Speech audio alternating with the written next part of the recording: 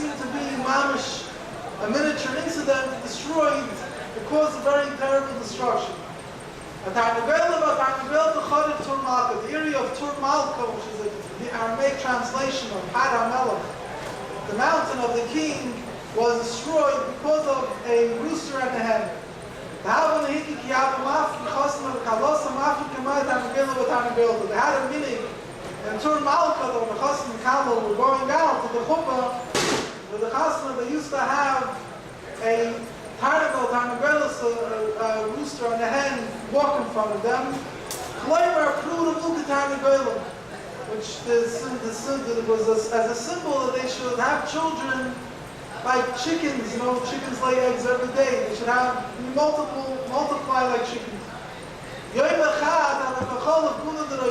day there was a troop of Roman soldiers passing by.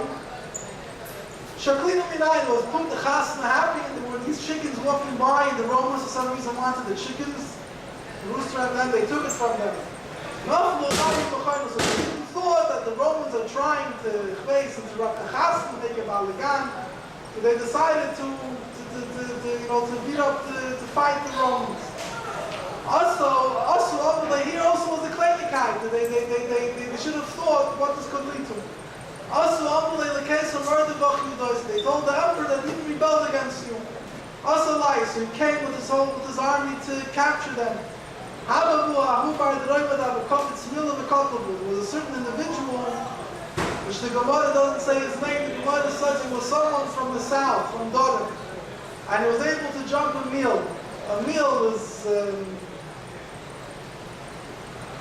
0.59% of a mile. 60% of the mile.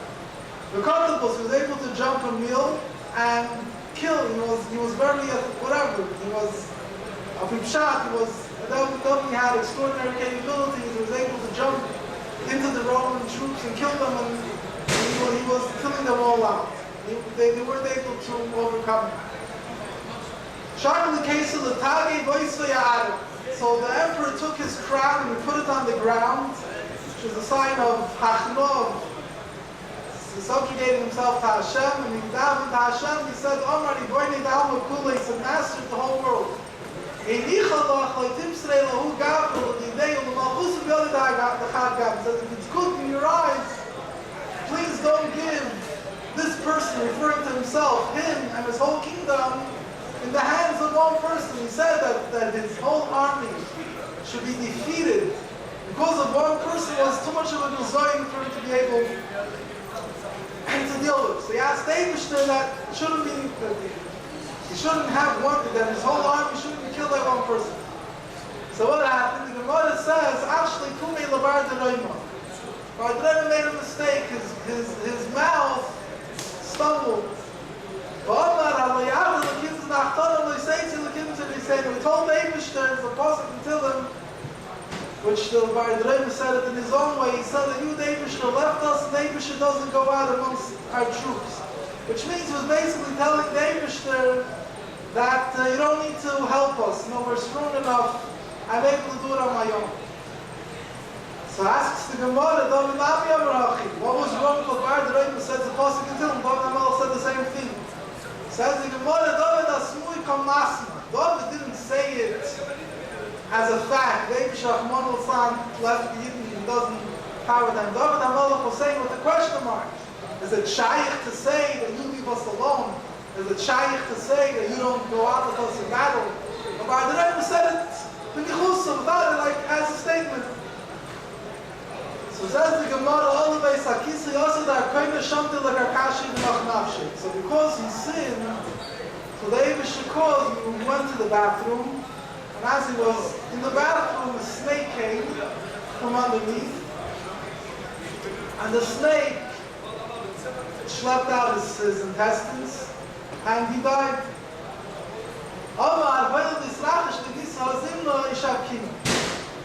So the emperor realized that Eibishter listened to his tefillah, the Eibishter made this guy die. So he said, since the Eibishter did an ace, I'll leave now, I'll let the Jewish people live. I'll give them another chance. Shavkino he left, he went, he's back, and the Jewish people leaped for joy. When the Yidden saw that the emperor left, they started partying. They ate, they drank, they lit candles as a sign of Simcha. Until a meal away, the meal, like I said, like 1.59 of a mile, whatever it is in English. The Roman soldiers, which were far away, there was so much light, they were able to see on their signet rings, they had images engraved. So there was so much light that they were able to recognize the images and their signet rings. So the emperor got very mad now. That the Yidden are rejoicing in my downfall. He went back and he killed them. Rabbi Abbasi said 300,000 soldiers with outstretched swords went into Tur Malka. They killed him for 3 days and 3 nights. While they were killing one place, the other part of the mountain didn't know that the soldiers came back, so they were celebrating and dancing, rejoicing themselves, and they didn't know that just around the mountain, the other Jews are being killed now. The Gemara now will describe how big the Syria Tur Malka was. The Gemara brings the pasuk, Bila Hashem v'loi chamal as kol lois Yaakov. David swallowed up and did not have mercy on all the dwelling places of Yaakov. And the Gemara says, Ki Yosef Rav and Amar Rabbi Yochanan, Rav came from Eretz Yisrael. He said over the name of Rabbi Yochanan, Elu Shishim Ribe Ayor Shoyle Liyadei HaMelech V'Har HaMelech. What does this pasuk refers to? The 600,000 cities. Yadei HaMelech. Yadei HaMelech was one of the Hashmonoi kings towards them in the second Beis HaMikdash that he has in this area called Tur Malka, or Lashon HaKodesh is called Har HaMelech. And all these cities were killed out. Omar Rav Yehuda Ravasi, Rav Yehuda said in the name of Ravasi, Shishim Ribi Ayorim Soyle Liyadei HaMelech V'Har HaMelech V'chol Achas V'Achas Soyibo Kietz Mitzrayim.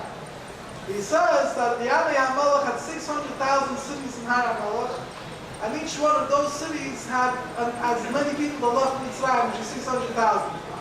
To make the cheshbon, it comes out 600,000 times 600,000 is 360 billion. Now the whole world population now is only around 7.5 billion. So according to, if you're going to take the Gemara Kipshut, it means that in Eretz Yisrael there was 360 billion. So the Mepharshim say that it's not understood Kipshutari. The Maharal and other Mepharshim, they explain that whenever you want to say a great amount, we use the term Shishim Riboy. Shishim is the number of Riboy, of Rahm, of a lot. 60 times Riboy also means a lot. 60 times 60. It's more of it's a Lashon Guzma. It's more, not a Guzma, it's a Lashon which implies a great amount. Remember, Shishim Riboy is a Lashon that means a lot. It doesn't mean literally Shishim Riboy. That would mean that it was, Shalai Berach, more than the amount of people that are populating the whole world right now. Besides 3 cities, which they had twice that amount. They had 1,200,000. Which were those 3 cities? Elohim, Kfar Bish, Kfar Shechlayim, Kfar Dechrayim. The village of Bish, the village of Shechlayim, the village of Dechrayim. Mod explains the names. Kfar Bish, Leyav, Beis, and Leshpiza. Why were they called the bad village? Because they didn't give. They never invited guests. They never gave their house to a guest to stay over. Kfar Shechlayim, Shoysa Parnasashin in Shechlayim. It's called the city of Shechlayim. Shechlayim is a certain greenery that grows. It's called cress in English. So their Parnasa came from this Shechlayim, from selling this thing. Kfar Dechrayim means the village of males, of Zecharim. Amar Rabbi Yochanan Shesei Miel Zecharim Chila V'Yavasgeva B'Achrein of Koiskes. Rabbi Yochanan said that this village had the way Heva was. At first, the women would give birth to males, and at the end they would have a female, and that was the last child that they had. So it was called the village of males because all the first children were males. So now the Gemara says, Omar Ula. Ula says,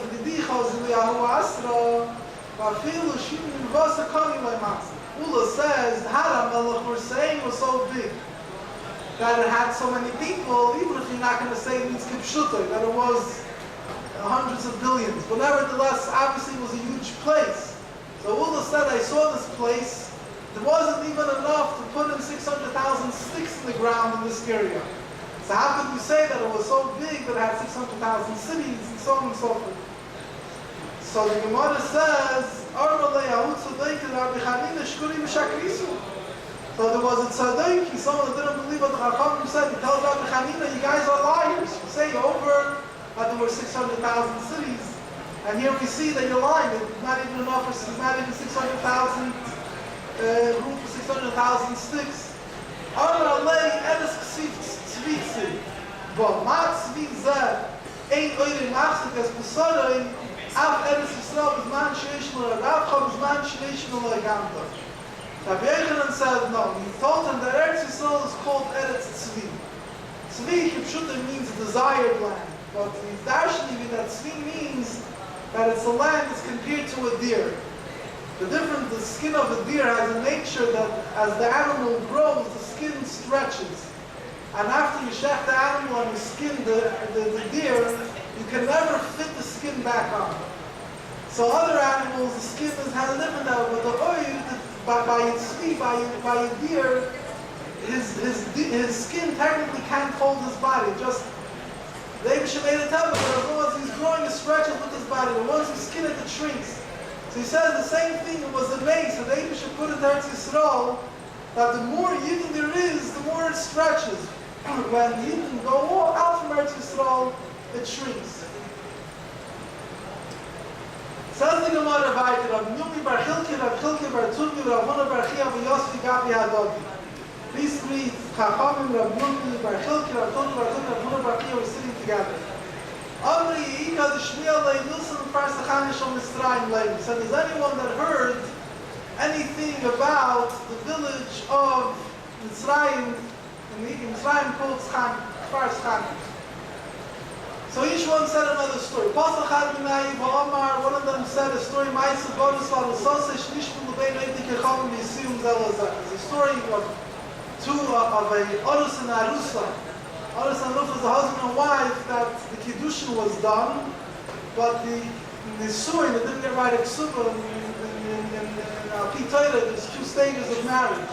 There's the Kiddushin, giving the ring which becomes Mukadesh, as long as writing the Ksuba and the Chuppah, but she becomes total Nesua. So she was already Mukudeshes, but she didn't have a Ksuba. So they were captured from, so there was Orus and Arusa from the first Khan of Mitzrayim that were captured by the Goyim. They see him Zelazah. And the Goyim decided to marry them off each other. She asked him, she said, please don't touch me, because I don't have a ksuba from you. And the Chachamim said that a person is not allowed to be with his wife if she doesn't have a ksuba. They didn't touch her until the day that he died. So when he died, she said to the other Yidden that were there, you should be masked. You should eulogize this person because he pitbeit the Yitzray. Pitbeit the Yitzray means he strangled, like he belittled his Yitzray. He didn't give any chashivas his Yitzray. He overcame it. Even more than Yosef. Yosef Atzadik with the story of Potiphar's wife. First of all, by Yosef it was only once. Here it was every single day. Also Yosef didn't sleep with her in the same bed, and here we were forced to sleep in the same bed. Furthermore, Yosef wasn't his wife, but here technically I was his wife.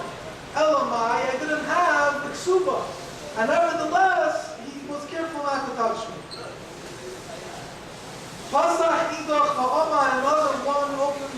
Another one said, another story from Fars Tachanish on Mitzrayim. There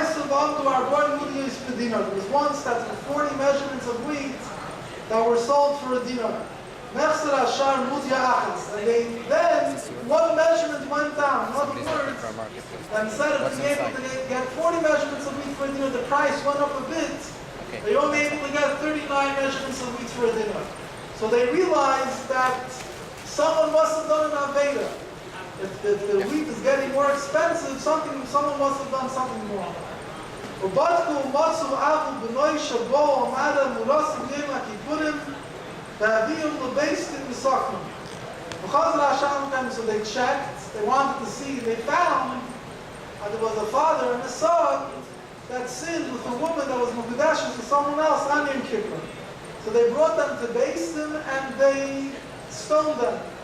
Because and the price of wheat went back to the way it was. So that means that this was the only Aveda that the whole city had.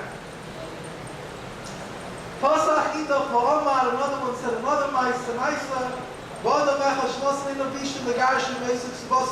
person once wanted to divorce his wife, but he had a problem. The ksuba was big. He wasn't able to afford 10 her ksuba. What did he do? He took his friends, he gave them to eat, he gave them to drink, he made them shikr, and he laid them down on the same bed together with his wife. He took the white of an egg and he put it between them. Which the white of an egg looks similar to Shubhazara. He brought Adam to see this. He went to Basin and he said, you see these people, they sit with my wife.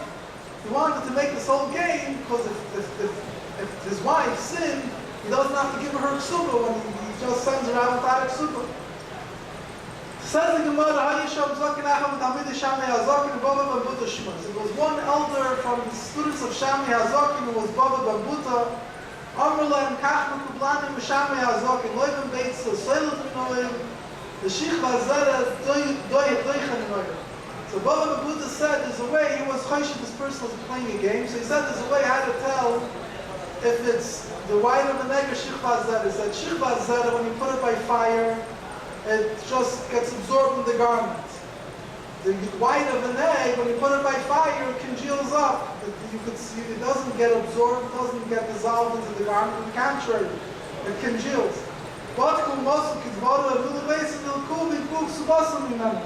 They found that they checked, and they realized that it was taka, the white of an egg. So they took this guy to base and they gave him malchus. And they took out his ksuba from him and gave it to his wife. Says the Gemara, Amalei Abai, that Rabbi Yosef, Meyachir Rabbi Tzadikim Kuli Hai.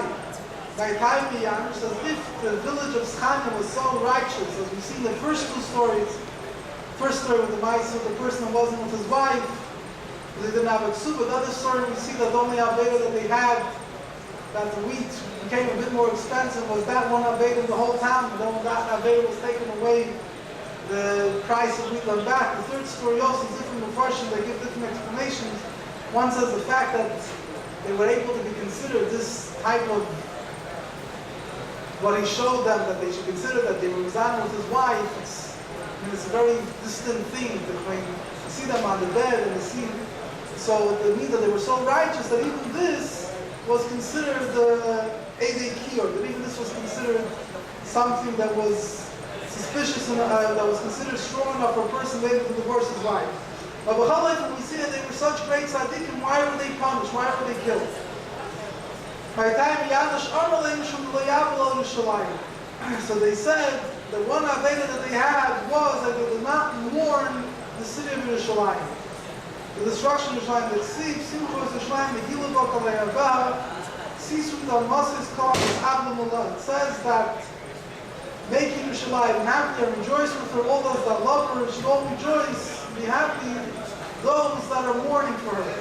It's brought down a different spot in that certain cities weren't so friendly with Yerushalayim. They felt that people of Yerushalayim were a bit egoistic, whatever it was, so they weren't mis'afel, they didn't mourn the destruction of Yerushalayim. Nevertheless, because they didn't mourn the destruction of Yerushalayim, they were punished and they were destroyed.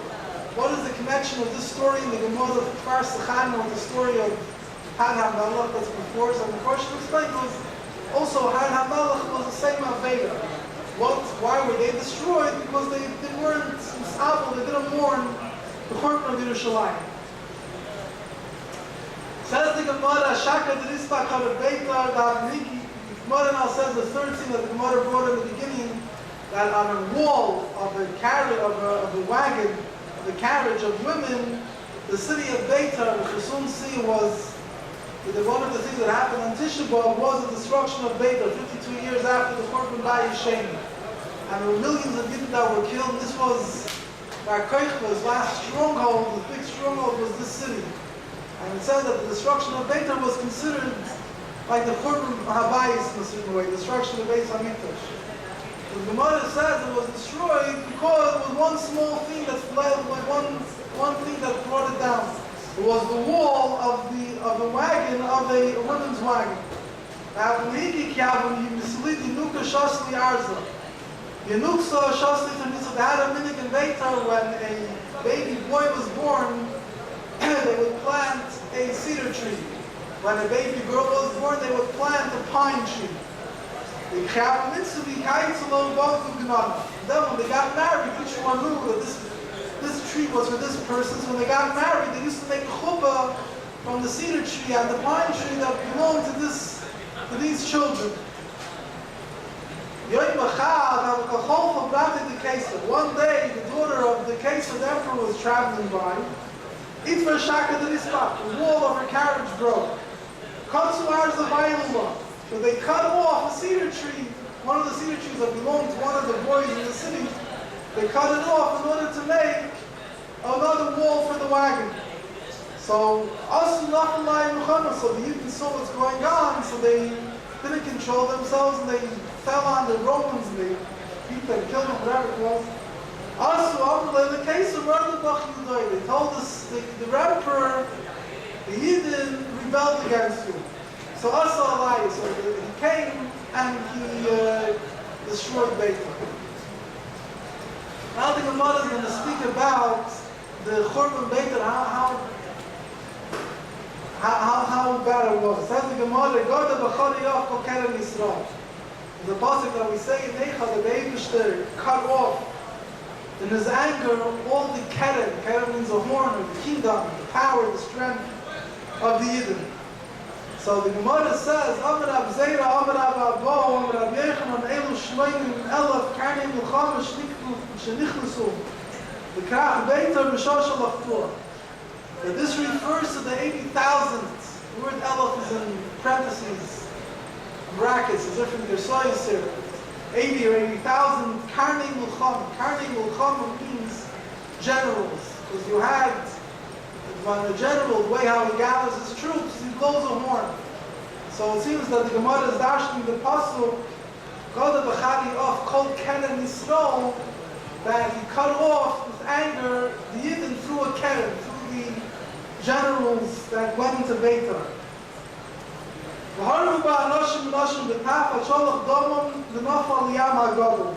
They killed men, women, and children until their blood went and fell into the Yam HaGadol, into the Mediterranean Sea.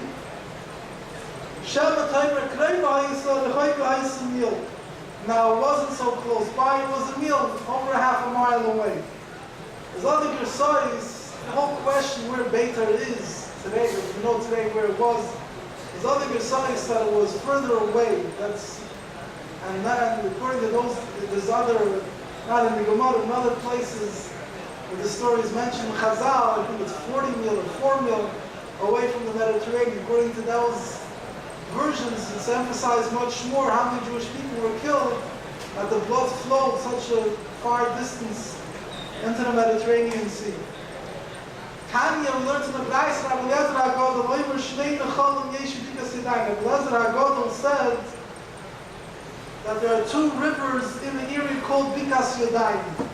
Echad Moishech Elach, Echad Moishech Elach. Each one goes in this direction, the other one goes in another direction. During the Churban of Beitar, the Chachamim estimated that 2/3 of it was water, the other third was so much blood from the Jewish people that were killed, that 1/3 of the water was blood. Tana Sheva Shalom Zirkind Chachamim said that 7 years after the Churban of Beitar, the Goyim were able to harvest their vineyards without having to put fertilizer. The ground was so saturated with blood that was enough fertilizer for another 7 years for their vineyards. Now we go to page 5 here. The Gemara is going to jump to the Churban Gemara. Till now we're speaking about stories, Malka and Beitar, Yerushalayim was all regarding the second Beis Hamikdash. Now the Gemara speaks about the Churban Gemara. Says the Gemara, Amr Rabbi Chia bar Rav and Amr Rabbi Sholom ben Karcha. Chia bar Rav and said Rabbi Sholom ben Karcha. Sachli Zakin Echad Mibnei Anshi Yerushalayim. One of the elders of the people of Yerushalayim told me that because Zu Harek Nebuzradan Strav Tabochim Masayim Ba'achas Asri Biburi. Nebuzradan was the chief Rav Tabochim, not a butcher, but the chief execution, one that he was a general of the Nebuchadnezzar that he killed. Masayim Ba'achas Asri Biburi is 2,110,000. So he said that in this valley near Yerushalayim, I guess, Nebuzradan killed that many Jewish people, 2,110,000. But Yerushalayim harag Tisha ba'arba riboy 11 achas. In Yerushalayim he killed 940,000 Yidden on one stone. Ad sheholach domon v'noga v'domin shel Zchariah. V'kayim hashenamar v'domin nogo, until their blood went and touched the blood of Zchariah. As it says, that blood touched blood. The Gemara will explain what this nice of the blood of Zchariah was.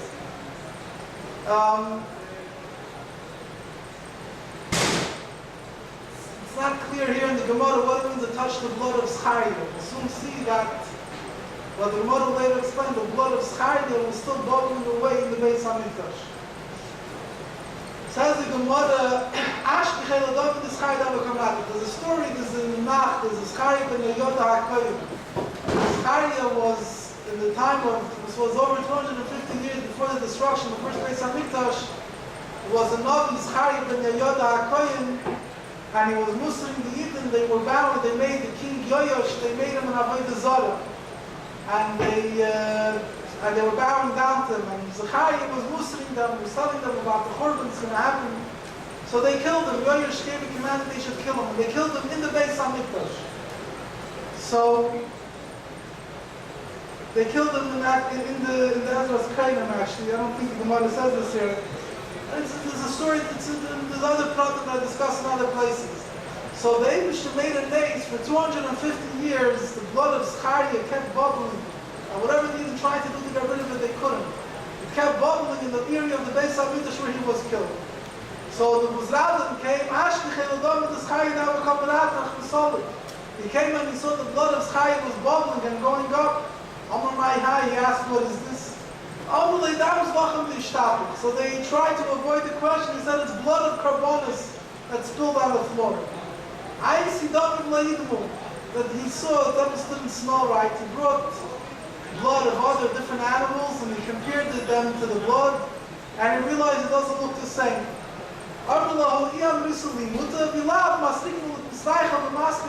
He says, if you'll tell me what the blood is, fine. If not, I will take iron combs and scrape your skin with it. My name alone. So they said, what should we tell you?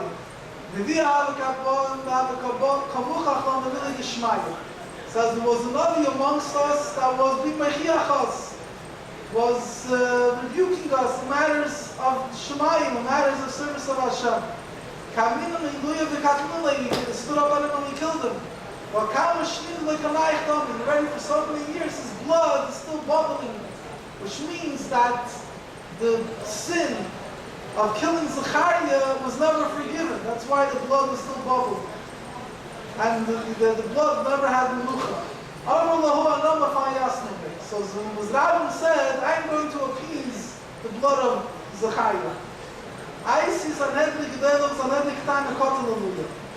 He took the Sanhedrin, and the Beis Hamikdash was a great Sanhedrin of 71 that were in the Hadishkas Agozis. There's also the small Sanhedrin by the Harabais. He took them and he killed them on top of the blood still didn't rest. So he brought young bachrim and young girls and he killed them on the blood, it still didn't rest. So he brought young children that go to Cheder and he killed them on the blood, it didn't rest. Over legs, Zacharias, when Mosrat spoke to the blood, he said, Zacharias. I destroyed the best ones of them. He wanted that I should kill out everyone. When he told them this, the blood calmed down.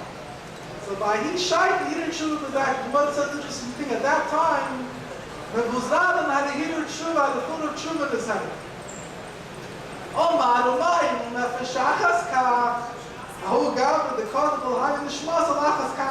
Said if for killing one person, the sin was so great. Look how many Jews had to be killed to atone for that sin. So which I killed so many Jews, how much more so of a sin that I do? So he ran away and he became a ger. Azal Shadish Partis of a basic guy, he went and he sent a savo in his house that was Partis of come to word plot and he gave him all the details, the plot and what should be done with his property. He ran away and became a ger. Says the Gemara Tana, we learned in the Braisa, Namun Ger Toshav Hoya. Namun is a story in Nach of that there was a Namun was a general of the king of Aram, and Saras, he went to Elisha. Elisha told him to dip in the Yarden 7 times, and Saras went away. And he told Elisha that he's not going to, he accepted the Sheva Mitzvahs B'nei Noyach. Not to worship Avodah Zarah. There's all things he sells Elisha that he accepted not to serve Avodah Zarah. So he was a ger Toshav. A ger Toshav is someone who accepts the Sheva Mitzvahs. The Buzradan ger Tzedekah, the Buzradan became a complete ger. From the descendants of Haman, the grandsons, the sons of Haman, they learned Torah. There were people that learned Torah in Bnei Brak. From the descendants of Sisera, which went before the general of the king of Canaan. He had Einiklach that were Melandi Tzilekes, that were teachers of children in Yerushalayim.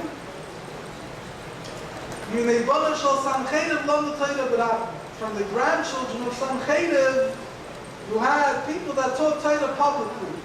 Maninun Shmai V'Avtali. Who are they? Shmai and Avtali. Shmai and Avtali, the two, the Gedolei Hador, the Nossi and Beis, who came before Hillel and Shammai, they were Gedim, which were the descendants of Sancheriv. So we see that from all these people that whatever the period is, how exactly, what's the Hesper, but that from them, they had descendants that were Yidden that taught Torah.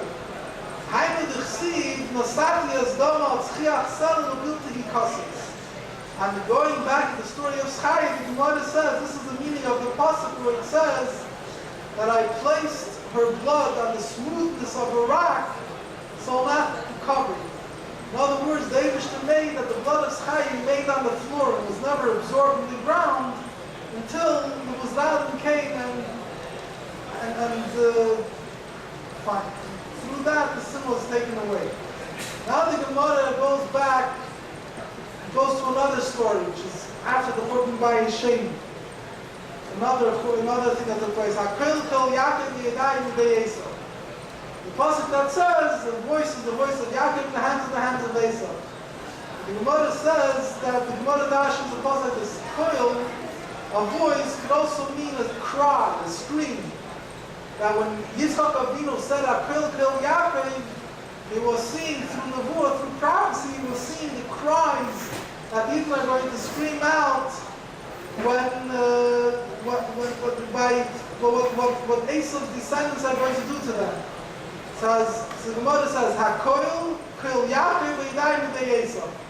So Hakoil is that Yonus case of Shabbat B'Leksav Shom Mitzrayim Shishim Yibel Shishim Yibel Kiflayim Pitz in Mitzrayim. The voice, the Gemara separates Hakoil from Kel Yaakov. Hakoil goes on Yonus case who killed in Alexandria from Egypt. He killed 1,200,000, twice the amount of those that came out of Mitzrayim. V'koil Yaakov, Zas Pasyanus Kesar, Sholem B'krach Beitan Arba Meisrin, V'arbala Arbas Alaf Midah. Then it says the voice of Yaakov is a double expression. The voice of Yaakov.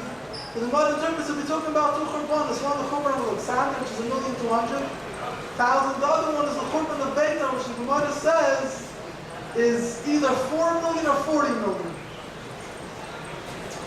By Yadayim, the Esau, Zumalchus, and the Shosh, Hachim, the Splasenu, the Tainum, the Sarfas, the Seichalenu, the Lisonu, the Artsenu. Then the end of the Pasuk says the hands of Esau. This refers to the wicked kingdom, what was the kingdom of Rome, which destroyed our house. The Beis Hamikdash burned our Heichal, and it exiled us from our land. David Achar Akil Yaakov, Eivachot Tfilah Shemayela Sheimba Mizari Shal Yaakov. By Yadayim with the Esav, Eivachot Mulchama Shemitzacha Sheimba Mizari Shal Esav. Gemara now brings another taich. What does it mean Akil Yaakov? The Gemara says the voice of Yaakov means the voice here in Pashas. The Gemara's Darshan refers to Tfilah. That the voice of Yaakov means that any Tfilah, if you see a voice that's listened to, you see that a Tfilah that's accepted, it must be that there's a Yid that's also davening for it. And the same thing is by Yadayim, the Esav, the hands of Esav. The Gemara says,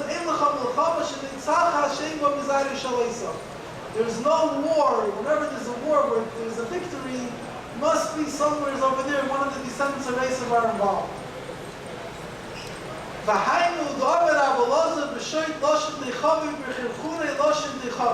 here, again, the Gemara is jumping back to the story of Kamsa Bar Kamsa. The Gemara says that this is what Rabbi Sholom says. The Pasuk says, B'shoit loshin dechavri. Simple meaning of the Pasuk means one thing. The Gemara is dashing the word shoit as a stick. It says, B'shoit loshin, when the tongue is, fights, it's hitting, you should hide. It means that how was the second Beis Hamikdash destroyed? Because Bar Kamsa said Lashon Hara on the Gittin. He spoke bad on the Gittin. So the pasuk that says that when there's fights going on, people are saying negative about each other, you should hide. Because negative things could happen. So this is, we connected it with this pasuk. The story of Bar Kamsa with this pasuk. Weiter the Gemara says, Rabbi Sholom says in the name of God, we find the Kapitel Tilim, it says that on the waters of Babel, on the rivers of Babel, there we sat and we cried, and we remembered Tzir, and we remembered Yerushalayim. Now this took place during the destruction of the first Beis Hamikdash. Who said it? David HaMelech said it. David HaMelech was over 400 years before the destruction of the first Beis Hamikdash. So how did he say it? It says the Gemara, Malavit Shahar Haroah Kadosh Baruch Hu David Churban Bayis Rishon, Churban Bayis Sheni. We see that David should show David HaMelech the destruction, the first Beis Hamikdash, and the destruction of the second Beis Hamikdash. Churban Bayis Rishon Shneim Lo Laris Bavel Shom Mishav Gam Achinu. Where do we see that he showed him the destruction of the first Beis Hamikdash, like we see on Laris Bavel, the rivers of Bavel? We cried, which that happened by the first Beis Hamikdash, that people were exiled to Bavel. The Churban Bayis Sheni Dichsiv Zechayra Hashem Livnei Edom Yisrael Yerushalayim Ha'ayim Adu Adu Ayisei Bavel. There's another pasuk that says at the end of this kapitel Tilim on Haris Bavel, it says that Hashem should remember the sons of Edom, which is Rome, the day of Yerushalayim, which means the day that they captured Yerushalayim, which they said Adu Adu. Adu means destroy it. Ad Hayisei Bavel. Destroy it until you reveal the foundations. In other words, destroyed all the way to the ground. So David HaMelech is hundreds of years before he's down in the Abishim, was going down like the Churban Bayis Rishon, Churban Bayis Sheni, and his Abishim showed it to him with Ruach HaKodesh. Now the Gemara says another ma'aseh. The Gemara says, Amar Rabbi Shmuel Gittin Rabbi Amram Amar Lo B'Masnis Tana. Rabbi said in Shmuel, other people say Rabbi Meir said it, other people Rabbi Ami said it, other people say it's in the Braisa, it's the Braisa Torah. Ma'aseh without Meis, Yiladim Shnishpu L'Kolim. It's the story of 400 boys and girls that were captured and they were being taken to Rome, it seems. L'Kolim. L'Kolim means for immoral relations. They realized what they're being captured for. They wanted to know if we're going to drown in the sea. Are we going to have Olam Haba? Is this okay if we drown in order to avoid this? Are we going to reach Olam Haba?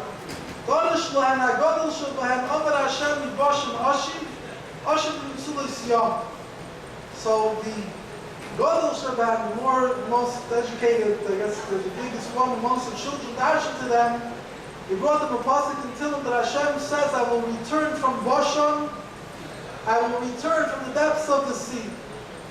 So he darshan the pasuk in Bashan, Ashim, being Shnei Aryeh Ashim. He says Bashan literally is a place, a fatty place, whatever here he called Bashan.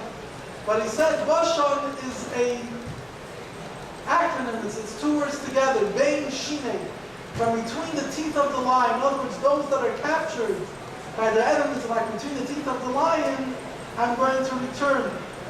I'm going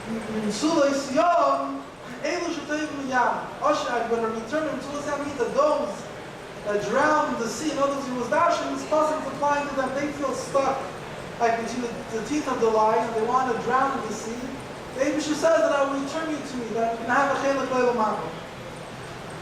Kivan to show me, love is kach, kafsu kulam rafu l'say hayam. When the girls heard this, they all jumped into the sea. They all, masu yiladim kavachayim baskim. So the boys made a kavachayim for themselves. They said, va'amru, ma halot l'shadakim l'kach kach, adu shadakim l'kach halachas kam v'kam. He said, if the girls, which are being taken for immoral relations, which is, girls, it's a derech that this should happen.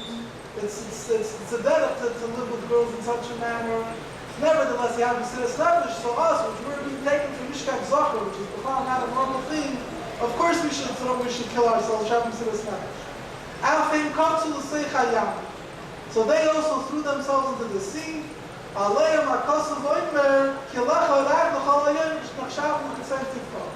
And regarding them, the pasuk says that for you, for the Eibusher, we were killed the whole day. We were considered like sheep for slaughter. Here you have places that ask, how are you allowed to commit suicide? Whatever, Tisha says that in this case, they had the right to do it because either they were afraid of being tortured, and then they would sin, or that they would anyway, they would force them to sin. This was the only way out. None of the beer might be al pi Allah. Now that the Gemara brought the pasuk Yelacha Rag B'chol Hayoyim, that for the Eibusher we were killed the whole day, the Gemara is going to bring another few kiddushim on this pasuk. And the Gemara says, Rabbi Yehuda Amar Zumisha V'Shiva Banah.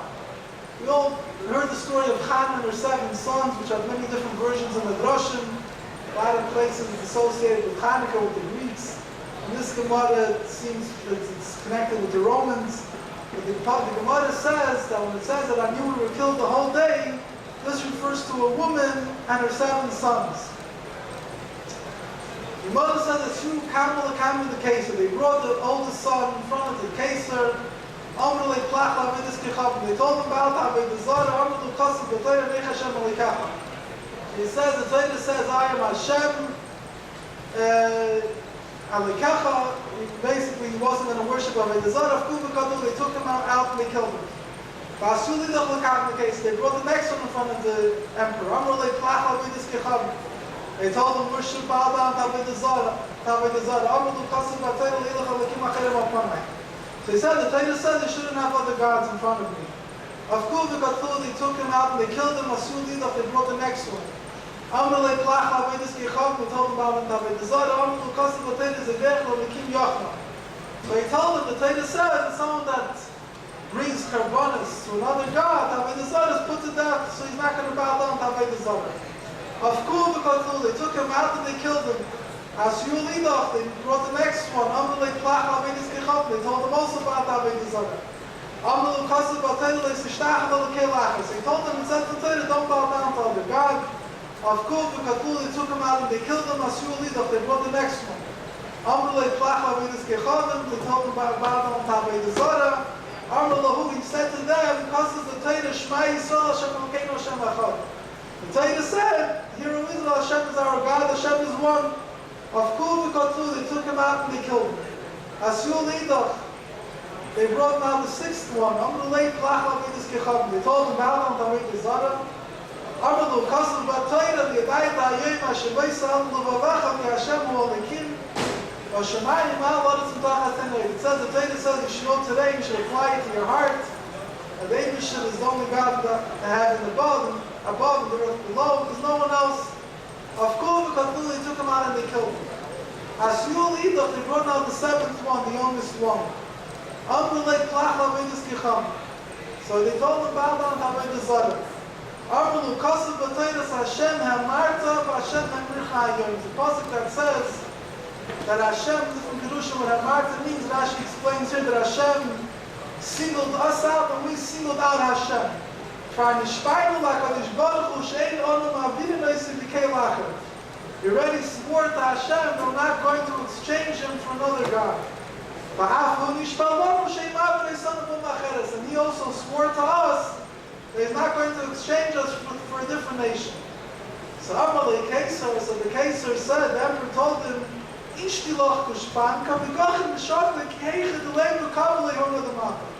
emperor says, you know what, at least do this. He said, I'll throw down my ring, which had the image of the emperor engraved, and you bow down, bend down and pick it up. So people will say, it will look like you're bowing down to the image of the king. Look like you accept the rulership of the kings.